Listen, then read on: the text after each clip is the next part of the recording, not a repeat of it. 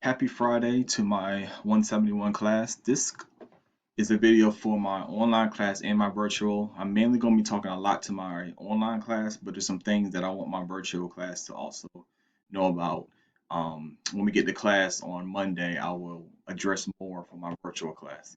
However, don't want to waste a lot of your time. The reason for this video is this is probably going to be my last videos as far as trying to get y'all to stop procrastinating on a lot of these things. I know this is something that is in y'all to do, to wait till the last minute to do things, but I'm trying to tell you it will help you in the long run and help you be stress free if you can just go ahead and attack some of these assignments and stuff in the beginning. And then if you run into issues, we can work it out instead of scrambling at the last minute trying to get things in.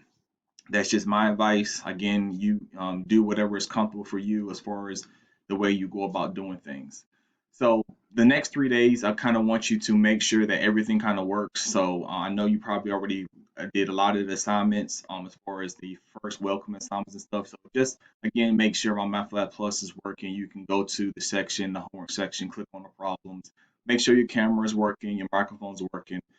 So again, to eliminate any kind of issues in the future. Now for the Proctor track, I actually found a helpful video. So if y'all want to watch that, that's probably going to be helpful. Let me show you where it's at. So this is just my O3 class, but I put the video in all my classes. So if you click on this button here, and click on this video here, instructions on how to do the onboarding process. So this guy, this teacher, instructor, whoever it is, he did it from a student's view as far as what you need to do, what you need to click on, the reason for why they're doing stuff. So it's really good. If you watch the whole 9 to 10 minutes, you have a better understanding on how to do the onboarding process. Once you watch the video, you click this and then you begin the onboarding process. Remember, he mentions in the video there's going to be an exam or a one-word quiz, a test afterwards. For me, there is no exam, there's no password, there's no test for the onboarding process. When you get to the test, I'll give you the password. But for the onboarding process, there's no exam or test. So once you finish the test, go ahead and submit it. It's going to take maybe a day or so for it to process you. Then they'll send me saying if there's any errors or anything, and then I'll send you an email back saying you have to do it again. Just again, make sure that when you do your facial, everything matches and you click yes. And then the ID, make sure it's not too far away. Get it as close to the camera as you can and hold it still. And then so they can see all the information on there and compare. So just make sure you're doing that for the onboarding process. You can everything should be resolved, so you can either purchase it online or go to a bookstore. The last thing I want you to do, don't want you to do is this is from my online class for O3 and O5. The first test is going to be September 13th. So I don't want you to wait until September the 12th to do the onboarding process, because if you do that, it's going to take time. It might fail, whatever the case may be, and then you're going to be late trying to get your test in on the 13th. I'm not giving any extensions because I'm telling you now to go ahead and get that process underway, to so they can get you in and all the tests and stuff will be done. So make sure you do that today, probably, as soon as possible, so you can get that, so you can be on file and in their system. So when it comes to September 13th, when you're ready to test, now my virtual, you have a different test day. My online, you will test on the 13th. Everything will be ready to go on your test day. And you have to wait for it because all tests will be monitored by Partner Track and it will not be accepted until you have it recorded. So just want to make sure everybody has an understanding with that.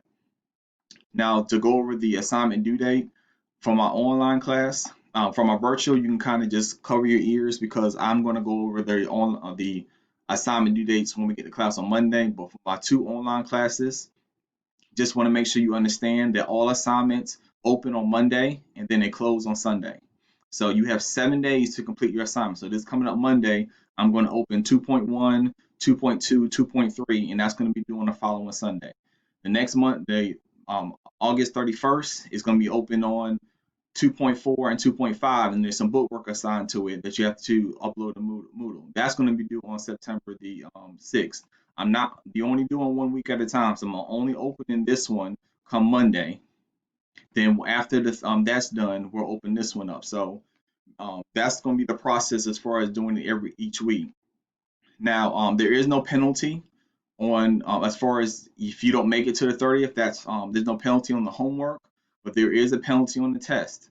So come time test time on that week, if the last day is to test on the 13th and you still have not completed section 2.4 or 2.5, is the test is going to be locked, including the evaluation. You have to score an 80 on these tests. I mean these sections to unlock the evaluation, unlock the test. None of this stuff will unlock, so make sure all that is complete. I would like for you to strive for 100, but all I require you to do is an 80 or better, and then that way you can test on there on that day and here. Now, if you do not test on the 13th, what happens is your test will drop one letter grade. So if you make a B, it will drop to a C if you do the test past the due date. So that's why it's important for you to do everything on time. So when it comes to test time, you won't be doing the test on September the 14th, where it automatically drops one letter grade for your test. So the penalty only happens on the test. There is no late penalty for homework assignments. So I just wanted you to keep that in mind. So once again, I want to recap the reason for this week. August 17th is when the first day of class is on until the 23rd, which is Sunday. I'll only have some easy, tiny little assignments to do. Your name tent, the first quiz, the email assignment, and then the quiz part B. Those are only ones that's actually going to be doing this Sunday for this whole 7 days. Again, there's a lot of information in Moodle that you have to read. There's a lot of stuff you got to get comfortable with. You got to do this project track, just understand the course. That's why I didn't give you any math work. I didn't give you any math assignments or anything. Everything starts on Monday. So this 7 days, this is the time for where we can get all the bugs out. So make sure everything's working properly. So come time Monday, we can get ready to roll. So you still have again 3 days. You got today, Saturday, and Sunday to make sure everything you got your assignments in and everything works. Again, we make sure I had sent an email about a quiz. Make sure this quiz is accurate. So now that everybody has access to My MathWise Plus, you can go back and do some of the problems that I told you to skip because you didn't have access to My MathWise Plus. You can go ahead and do that now. So please go ahead and go back and do that. Remember too, in the quiz, says, and you need a thumbs up for that Remind. There's a lot of people in Remind that don't have my thumbs up. You got to scroll back on your texting to see if you see my thumbs up because I need your first and last name in the picture. If I don't get that first and last name picture, you cannot get 100 on this quiz. So when I go and start grading it, you're not going to get 100. I'm probably going to do 2 grades, 100 or 70, or even a 0 if you haven't even done it. So 100, 70, 0. That's all I'm doing for the quizzes. So you want to make sure it's accurate as possible as far as you want to start off with a 100 for the class. The email assignment, the main thing I'm looking for is to make sure you have the attachment right. As far as the assignment says for number 3, you had to download this right here, take a snapshot and attach it to the email. That's all I ask you to do. Take a snapshot of this, put it on the email. You're good to go, and answer the other two questions just to kind of get to know you. But other than that, that's it for that assignment.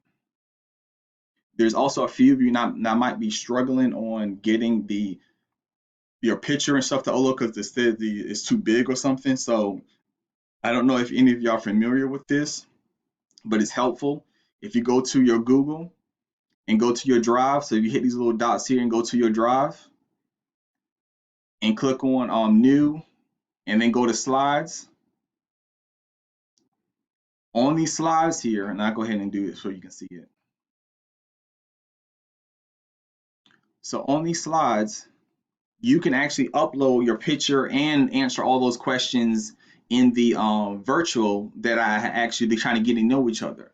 So once you finish all that, you can put some backgrounds. If you don't have to, you can keep it white. It doesn't matter to me. But after you do that, you can click share. So instead of downloading your Microsoft, I think some of you are using like a Microsoft PowerPoint, you can actually upload that Microsoft PowerPoint to this one here. So you can do a download,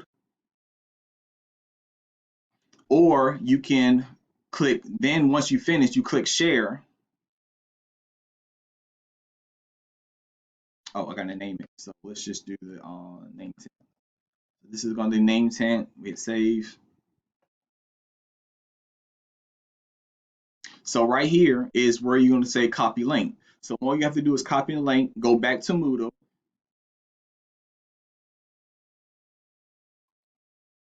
and then put it into the name tent. So once you finish all these, upload your picture, put answer these questions in that PowerPoint or Google Slides. All you gotta do is copy and paste and put the link there, and we can get the link. And then that way you don't have to worry about the size being too big. That's just a tip. If you already done it and it works, don't worry about redoing it. It's just for those that has not done it yet or are struggling because your Microsoft PowerPoint is too large. So hopefully that's a little bit helpful on that part. The next thing I would like to talk about is what I said here for read before starting section 2.1, because a lot of my slides and stuff is going to be you won't be able to have access unless you remember go to that stnash.edu. The best way to do that is when you go to Moodle, go to Google, in the top right hand corner, when you click this, it should say your name and at st.nash.edu. If it says something else, maybe your high school email address or whatever, then that means you're not going to have access to my slides. Switch your computer. You might want to sign all out and then switch it to our Nash. And then when you go back into Moodle, so go back into Moodle and click it, all my slides will be visible, and you won't have to ask me for access to them. So again, that top right hand corner, you're looking for Nash, that cc.edu part. So I got two more things to go over. Then I'll be done with this video. The next thing too is when you send me a text or email, please add just a tad bit more detail of what's going on. A lot of my texts and emails when I get from you, or all it says is I can't log in. I can't log into my MathPlus Plus. This ain't working. That's all it says. This ain't working.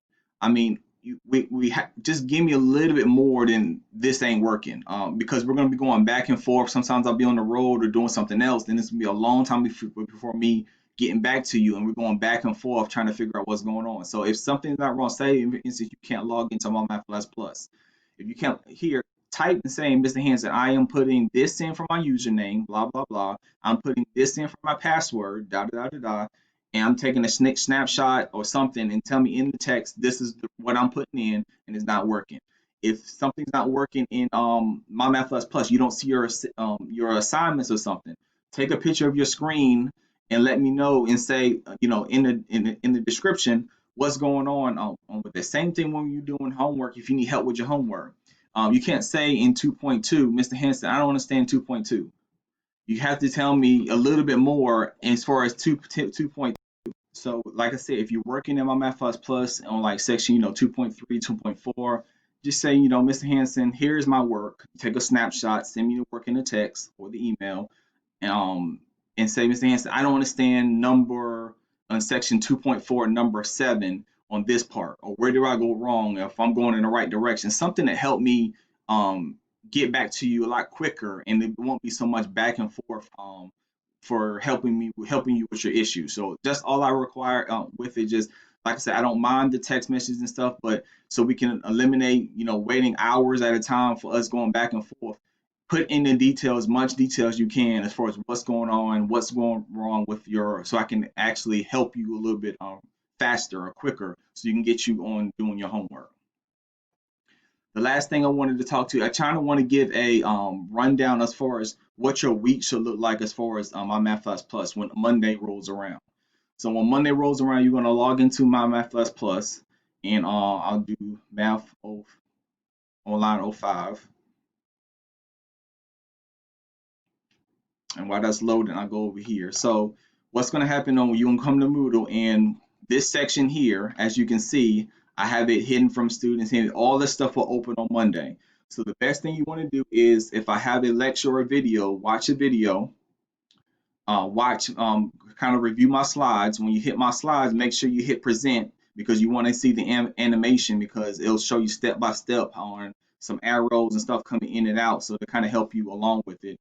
I also have other instructors that you can listen to that might help you benefit. Mr. Daniel Moore, he's my coworker. I also have Khan Academy there for you to listen to. You don't have to listen to everything. If you understand how to do it, that's great. But this is what needs to happen. On Monday, when you come in, take some time and listen, read the book. So read the sections in the book, write some notes as far as on my slide, watch the videos. While as you watching the videos And on the side, on here, you have like a side of a scrap sheet of paper. Write down some questions that you might have. Go to my MathFlash Plus.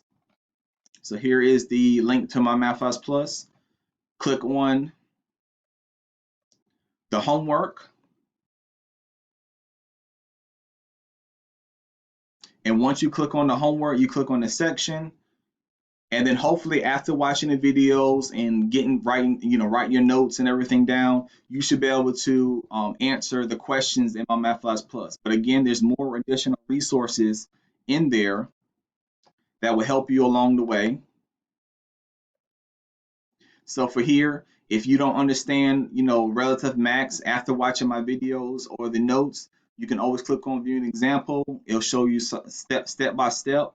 The only thing I want to make sure you understand when you click on this view an example, if you use view an example for every single problem, you're training your mind to when you ever get to a problem, I'm stuck, I'm gonna go to view an example. That's not going to help you on test time and quiz time. On the quiz and test, there is no viewing example. There's no help me solve. There's none of that here. It's a straight 2 hour time limit on this test. So you have to understand that if you click view an example for all these problems, you have to ask yourself, do you really understand how to do this problem from start to finish without the assistance?